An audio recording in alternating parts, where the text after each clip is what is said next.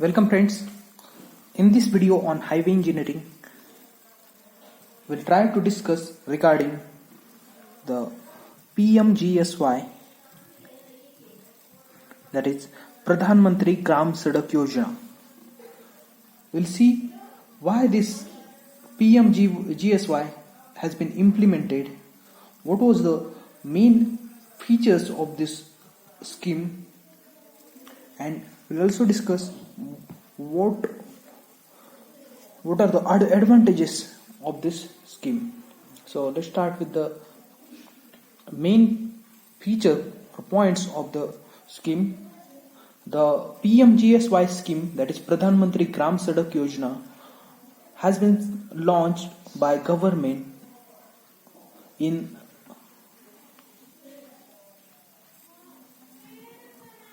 2000. It is launched on 25th of December. It's centrally sponsored scheme to provide road connectivity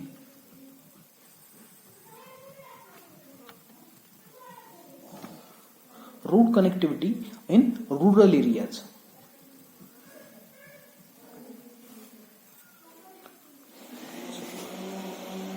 Main purpose of this scheme was to connect the roads in rural areas. Now, one may get confused that how much will be the population for the village so as to connect it by road. Means we should apply some limit of population, because there are some villages which are having population less than 500. There are also some villages which are having population less than 250. So what will be the criteria for connecting the road? Then the government had stated that the aim of program is to connect habitations with population of 500 persons and above in plain areas, 500 person and above in plain areas, and 250 persons and above in hilly areas. And desert. So we are aiming to connect these villages by road, that may be WBM road, under the scheme of PMGSY. Okay, so this Pradhan Mantri Gram Sadak Yojana, I'll repeat it, was launched on 25th of December in 2000, year of 2000. The main aim of this scheme was to connect the villages having population 500 or greater in plain areas and 250 or greater in hilly or desert areas by road. Okay, so we wanted to connect these villages by road to the nearest surface road. So the roads constructed under PMGSY are of WBM type, waterbound macadam type. Okay, so now we'll see what were the major targets under this PMGSY scheme. The habilitations, I will write the exact number, 168,268. That will be 1,68,000, 268. So 1,68,268 habilitations were eligible at that time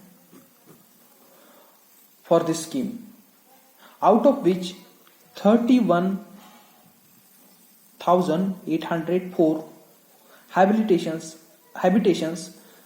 had been reported either connected under other scheme or not feasible. So these are either connected under other scheme or they are not feasible.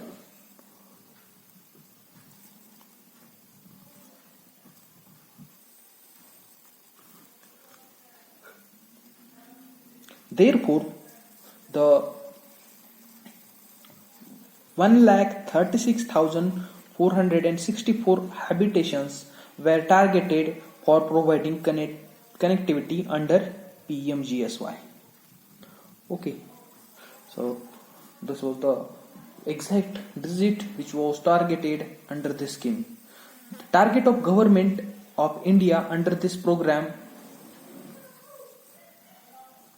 was to construct 2,24,906 kilometer road. Okay.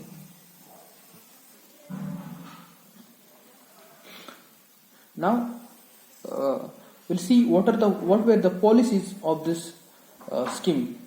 In order to ensure that the asset created under this program are properly maintained, the habitations with a population of 250 and above. Now this is I am stating as per the 2001 census. Okay.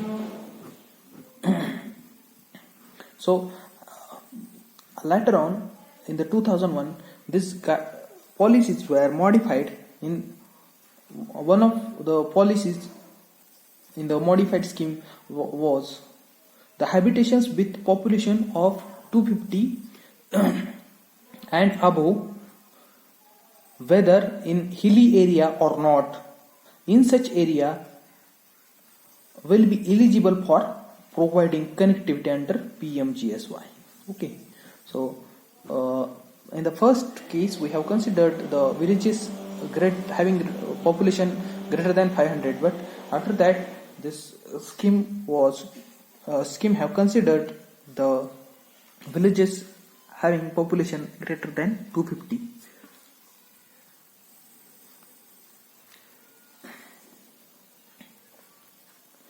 Now we'll see what was the impact of implementation of PMGSY program. So what this PMGSY program mainly had contributed to is it had contributed to enhance the employability. So employment has been increased.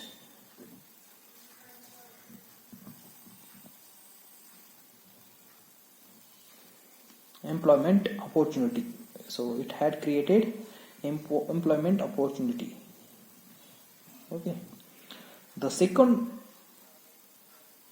impact or the point which can be stated as better health and educational facilities.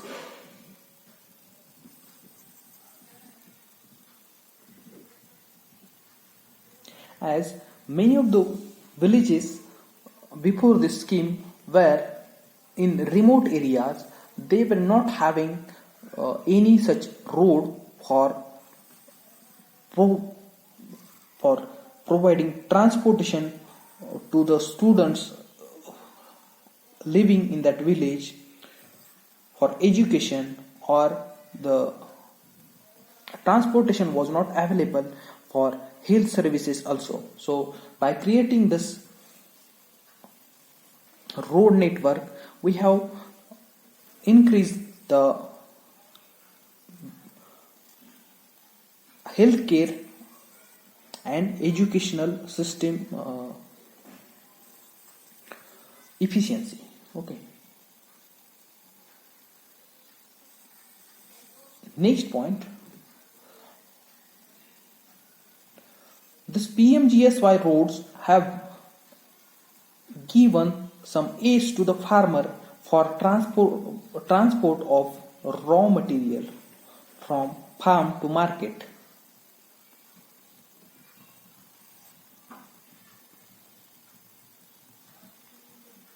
Okay. Next, due to this construction of road system, the villages have been started with taxi services so that it is possible to reach the health center in relatively short time, decreasing the health related problem. PMGSY also allowed them to send their children for school situated in other village, so which we have discussed already, but large number of people have gained employment. Okay, so this was our first point. So these were the policies or impact due to the PMGSY, or one can also say that these are the advantages of the PMGSY scheme. Because of this scheme, we have enhanced the employability, we have given better health and education system, or we have helped to get the better health and education system. Then again, we have also helped the farmer to bring the raw material to the farm and to sell the raw material from farm to market. So these are the advantages of this PMGSY scheme. So this PMGSY scheme had constructed roads which are of WBM type, that is water-bound macadam. These roads are made up of the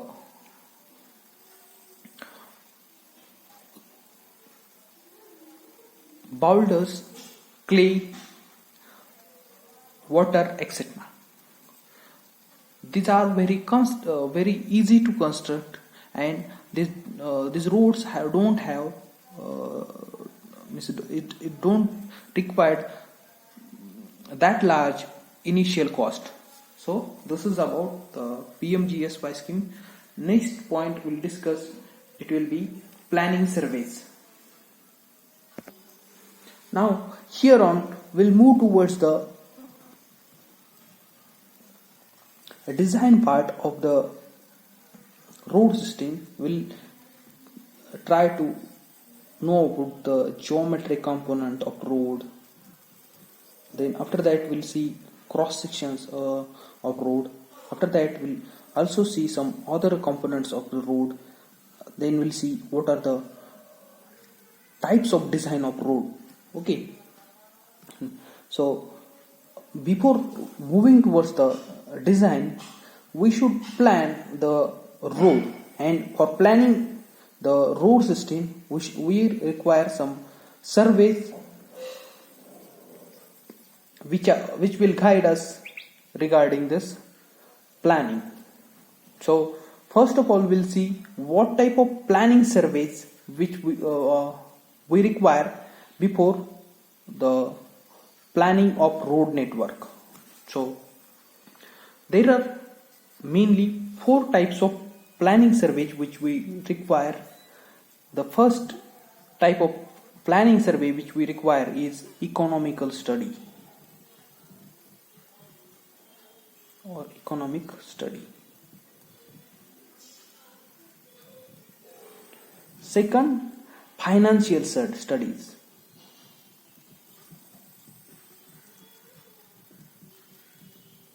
Third, traffic or road user study.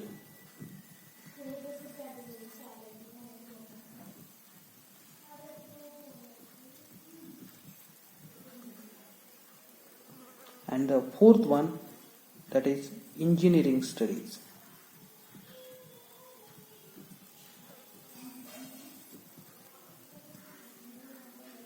So these are the 4 type of planning surveys which we need to perform before the planning of road network.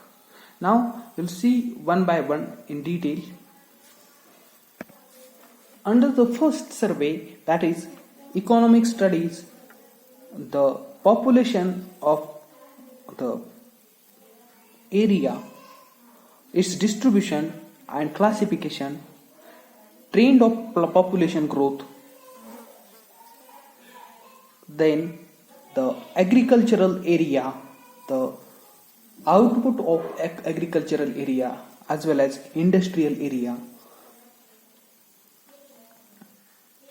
then the future trends, classification and listing of these details and other activities has been done under this first type of survey, that is economic studies.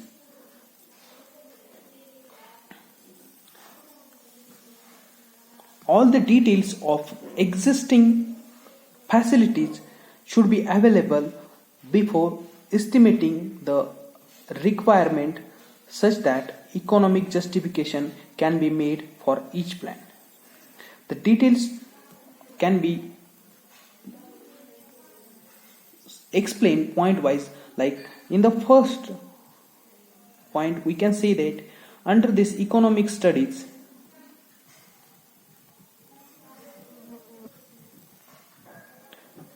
we have to collect the population and its distribution, or we'll find out the total number of groups of population according to the income.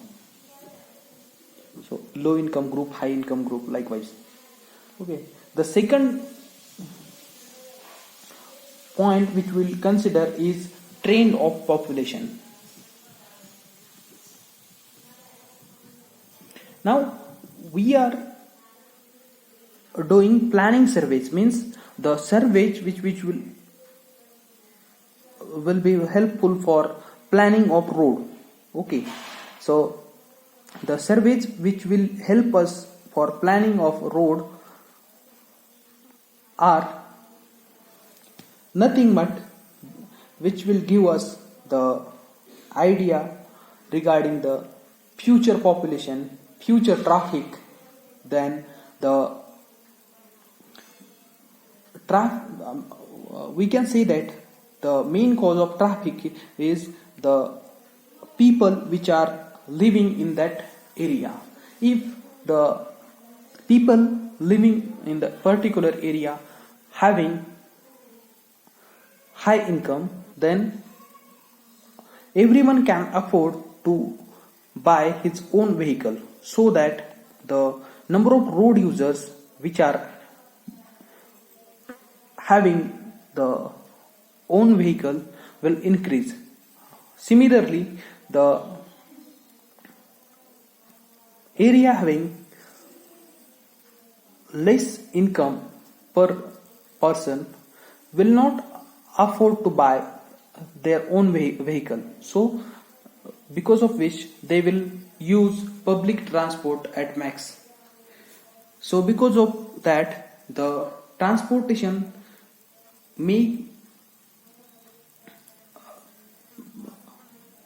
public transportation may be used frequently, so because of which the traffic due to private vehicles will be less. So in such a way, this data of planning surveys helps us for the planning of road network. Okay, so in this first study we'll find out the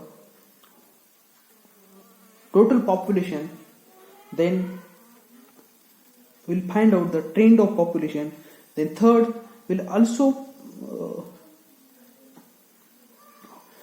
find out the total agricultural and industrial products and their listing in classified groups.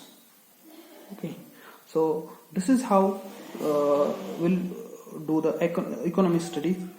Next, we'll find out the existing facilities in the area. That will be recreational facilities,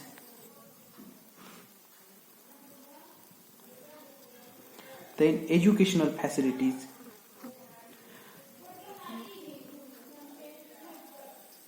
communication facilities. So we'll find out the data regarding this. We'll also find out the per capita income. Okay, so this is what we'll do in the first type of study, that is economic studies under the planning survey. Now we'll see the next part of planning surveys in the next video. So thank you for watching this video.